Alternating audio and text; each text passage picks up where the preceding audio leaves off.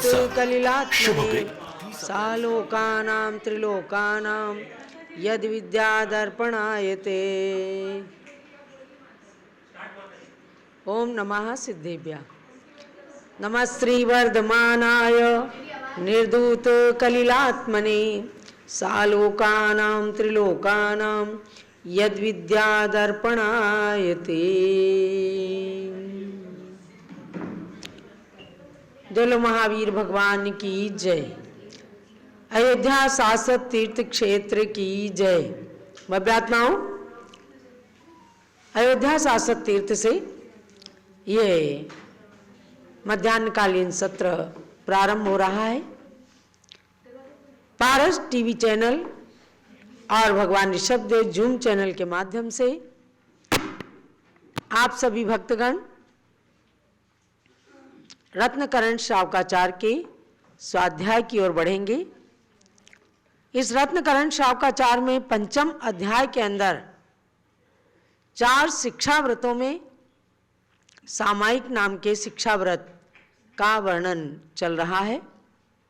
देशावकाशिक, सामायिक, प्रोषदोपवास और वैयावृत्य, ये ऐसे 4 शिक्षा व्रत माने गए जो गृहस्थों के लिए हैं, लेकिन मुनि धर्म की शिक्षा देने के लिए, मोक्ष मार्ग में आगे बढ़ने के लिए जो प्रेरणा स्रोत हैं, उनमें देशावकाशिक के लिए खूब अच्छे से आपने अध्ययन कर लिया है। और अब सामायिक नाम के शिक्षा व्रत में भी आगे बढ़ते हैं।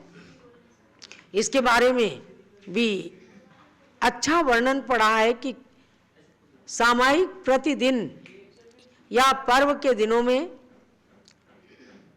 5 पापों से दूर रहने के लिए सामायिक का उपक्रम प्रत्येक प्राणी के लिए हितकारी होता है।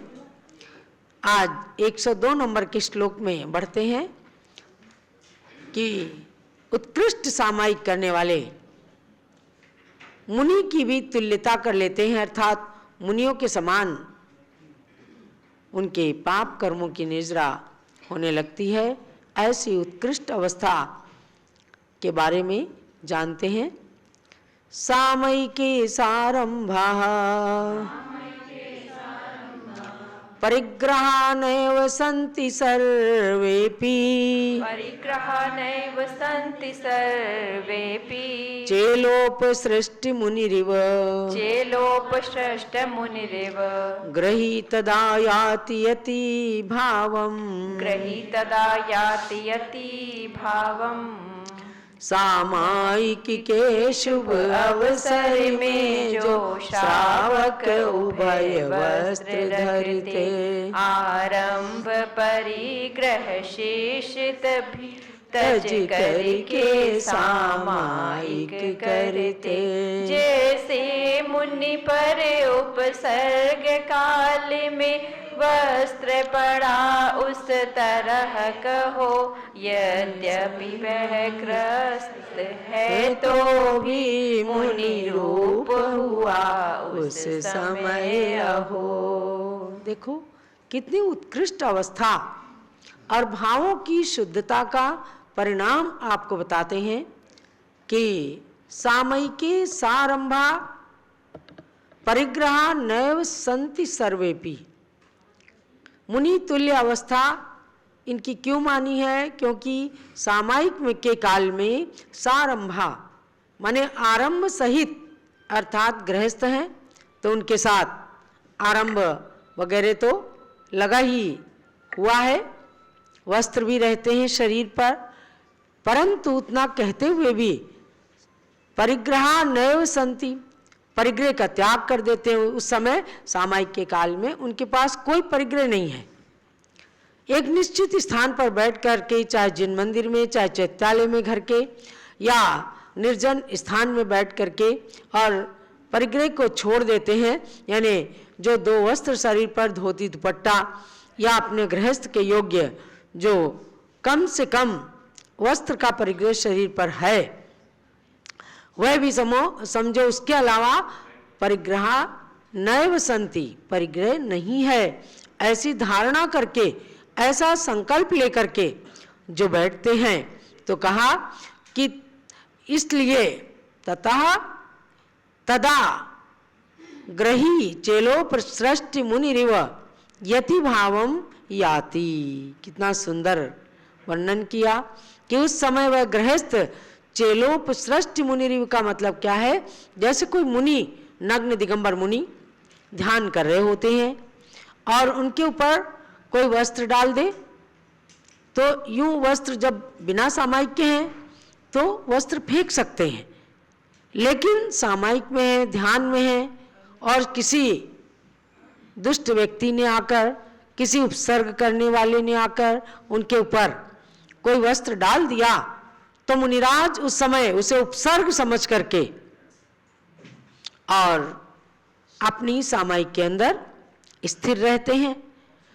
उनकी उपमा दी एक गृहस्थ के साथ कि जो गृहस्थ सारे परिग्रह को छोड़ करके सामायिक का बंधन कर चुका है, वह संपूर्ण परिग्रह की मुक्ति के कारण जो शरीर पर भी वस्त्र हैं, उन वस्त्रों को भी अपने ऊपर मुनि के समान उपसर्ग समझ करके ही धारण किए हुए है, क्योंकि उस वस्त्रों के प्रति उसका कोई ममत्व नहीं है। मैं गृहस्थ हूँ, इसलिए मेरे शरीर पर वस्त्र हैं, लेकिन उनके प्रति एक रंच मात्र भी ममता नहीं है, तो वो भावों से नग्न है। ऊपर से वस्त्र है, अंदर से नग्न है। तो उसके लिए कहा कि गृहस्थ भी उपसर्ग के कारण वस्त्र से वेष्टित मुनि के समान यति भावम याति, वह यति भाव को प्राप्त हो जाता है। ऐसी उत्कृष्ट सामायिक, भैया आज तो ऐसी नहीं है, लेकिन ये तो आचार संहिता है, ये तो संविधान है, मुनियों का संविधान बताने वाला आचार संहिता का ग्रंथ मूलाचार, और श्रावकों की आचार संहिता को बताने वाला रत्नकरण श्रावकाचार है। एक एक शब्द इसका एकदम पठनीय है, मननीय है और चिंतनीय है।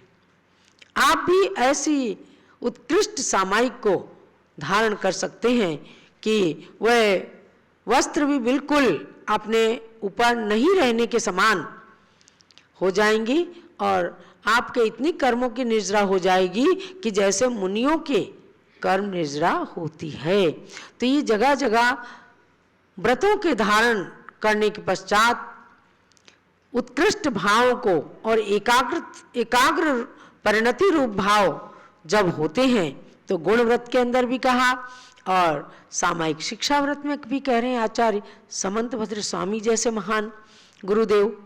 तो अपने यदि इतनी भाव, इतनी उत्कृष्टता या इतनी एकाग्रता आपके नहीं भी आ पाती है, तो भी अभ्यास रूप में प्रतिदिन सामायिक जरूर करना ही चाहिए।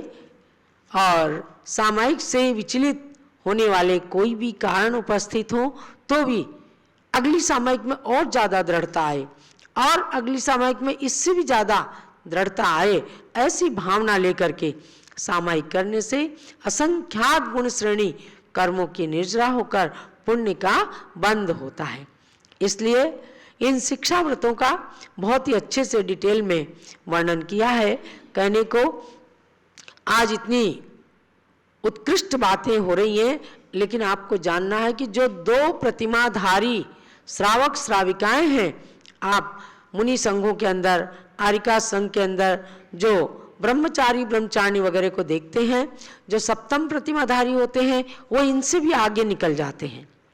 और जो दो प्रतिमा के धारी हैं, उनके अंदर 5 अणुव्रत, 3 गुणव्रत और 4 शिक्षा व्रत अपने आप पनपने लगते हैं। तो उन्हीं के अंदर की ये शिक्षा व्रत की बात बताई गई है कि आप सारा कार्य करते हुए अगर ऐसी सामायिक में बैठ करके और अपने परिणामों को उत्कृष्ट बनाते हैं, तो मुनि के समान पुण्य का अर्जन कर सकते हैं। अब आगे आते हैं कि सामायिक को स्वीकृत करने वाले जो गृहस्थगण हैं, वे और भी क्या कर सकते हैं, जिससे कि सामायिक में और सहनशीलता, वृद्धि, गुणों की प्राप्ति, आगे के लिए शिक्षा कैसे मिले, इसके लिए अब 103 नंबर के श्लोक में आते हैं। ये संस्कृत के श्लोक आचार्य समंतभद्र स्वामी के द्वारा रचित हैं।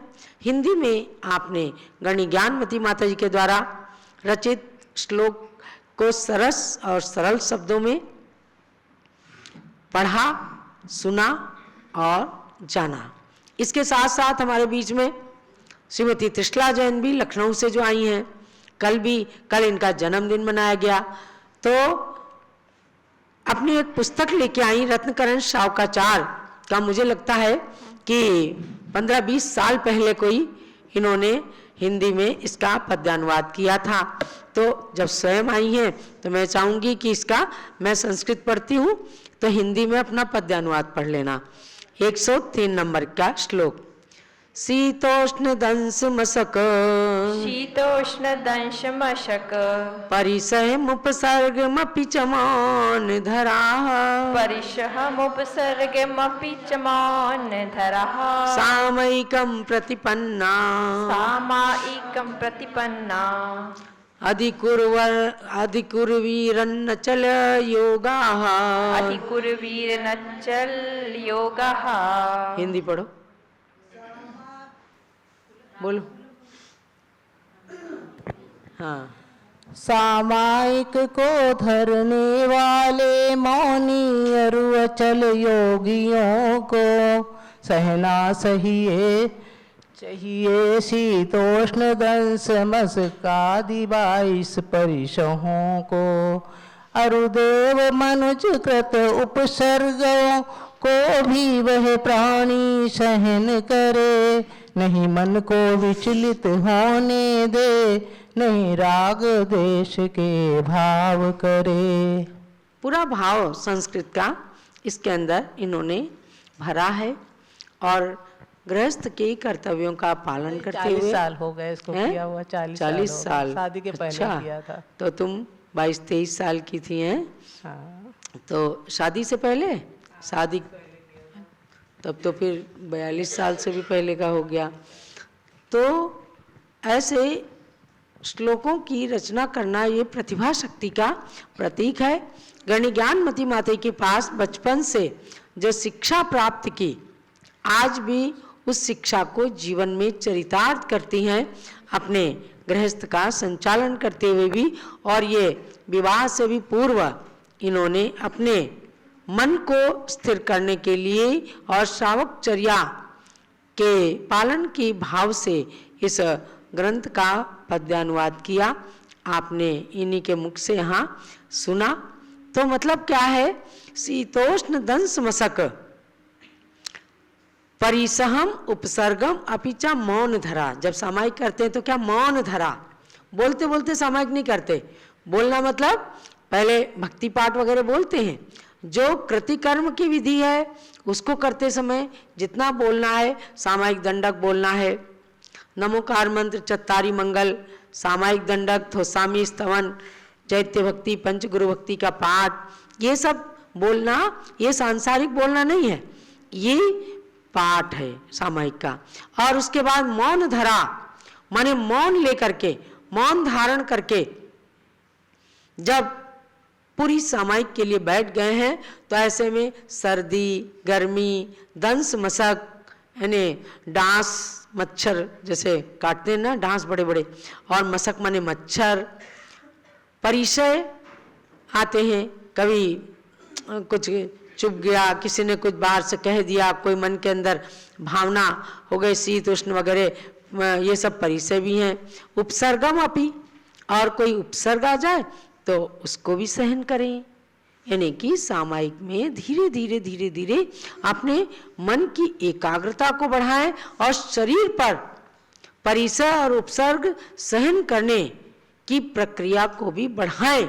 इसके लिए बार बार सामायिक व्रत का विस्तार करते हुए कहा है कि सामायिकम प्रतिपन्ना, सामायिक को स्वीकृत करने वाले जो गृहस्थ हैं, अचल योगा, अचल योग, स्थिर योग, एकाग्र योग करके और जो अनुष्ठान को ग्रहण किया कि भाई 1 घंटे तो मुझे बैठना ही है, इस मुद्रा से बैठना है।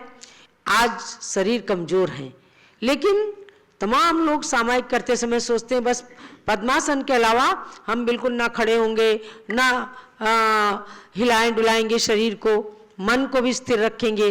तो मन वचन काय सबको स्थिर करके अचल योगाहा, अचल योग स्थिर सामायिक में जो अनुष्ठान को ग्रहण कर लिया, उसको नहीं छोड़ते हुए मौनधारी बन करके और इन परिसरों को शीत उष्ण दंश मशक परिसय को उपसर्ग को भी सहन करें। तो जितना अपने से बने उतना सहन करें। आप इन चीज़ों को पढ़ करके मत सोचना कि फिर हम तो ग्रहण ही नहीं कर सकते। अरे अभ्यास रूप में करो। ये धीरे धीरे अभ्यास को बढ़ाने की प्रक्रिया आचार्य देव ने बताई है। और जब तक ये प्रक्रिया नहीं बढ़ती तो कम से कम जघन्य रूप से भी यदि हम व्रतों का पालन कर रहे हैं तो भी आज इस पंचम काल के अंदर मन वचन काय को स्थिर करने की बहुत बड़ी प्रेरणा इससे मिल रही है। अब आगे हम 104 नंबर के श्लोक में चलते हैं। अशरणमशुभम नित्यम शरणमाशुभ नित्यम दुःखमनात्मानमावसामि भवम् दुःखमनात्ममावसामि भवम् मोक्षस्तद्विपरीतात् मोक्षस्तद्विपरीतात् मेति ध्यायन्तु सामयिके। ध्यायन्तु सामयिके। इसका हिंदी में पद्यानुवाद। वह महापुरुष सामायिक के समयों में निम्न विचार करें। मैं जिस दुनिया में रहता हूँ वह अशरण अशुभ नित्य कहे। है दुख रूप अरु आत्मा से नहीं कुछ संबंध अतः पर है। यह मोक्ष मार्ग इससे उल्टा अतएव वही अपना घर है। संक्षेप में स्वामी समंत भद्राचार्य ने कहा संसार और मोक्ष इन दोनों में 36 का आंकड़ा है। जो चीज संसार के अंदर है वह मोक्ष स्वीकार नहीं करता। यानी मोक्ष के अंदर एकदम शुद्ध अवस्था होती है और संसार के अंदर अशुद्ध अवस्था रहती है। शुद्ध आत्मा के ऊपर अशुद्ध अवस्था रहती है, लेकिन उसमें भी क्या करना है? सामायिक स्थिता, सामायिक में स्थित मनुष्य जो है इति माने इस प्रकार से ध्यायन्तु, ध्यान करें कि अशरण अशुभ अनित्य दुख अनात्मानम, ये सब कि मेरा यहाँ कोई शरण नहीं है, अनित्य हूँ मैं, और दुख रूप यहाँ दुख ही दुख है संसार के अंदर, अनात्मानम, और ये यहाँ पर अनात्म स्वरूप भवम, संसार के अंदर मैं आवसामी माने निवास करता हूँ, और मोक्षा तद विपरीतात, मोक्ष इससे विपरीत है, अर्थात मोक्ष में सुख ही सुख है, मोक्ष में शरण ही शरण है, आत्मा की शरण। यहाँ तो किसी की भी शरण लेना है तो थोड़ी देर के बाद वो शरण कभी भी छूट सकती है, नहीं छूटती तो खुद छूट के चले जाते हैं। तो संसार की स्थिति का चिंतन करते हुए कि मैं ऐसे दुखमयी संसार में हूँ और मोक्ष इससे बिल्कुल उल्टा है, वहाँ सुख ही सुख है, और उस मोक्ष की ओर बढ़ने के लिए हमें सामायिक का अनुष्ठान रखना है।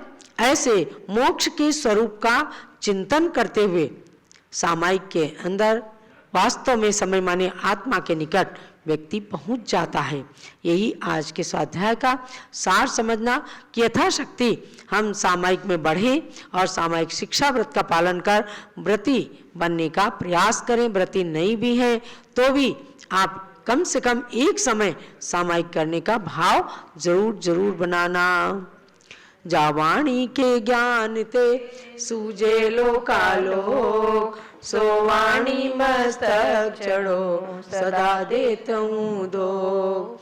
हे जिनवाणी भारती तोई जपूं दिन रहे, जो तेरी शरणा गए सो पावे सुख चैन।